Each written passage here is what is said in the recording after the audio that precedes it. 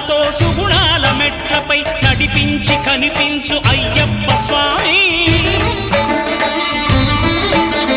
మకర సంక్రాంతి సజ్జోతివై అరుదెంచి మహిమలను చూపించు మణికంఠ స్వామి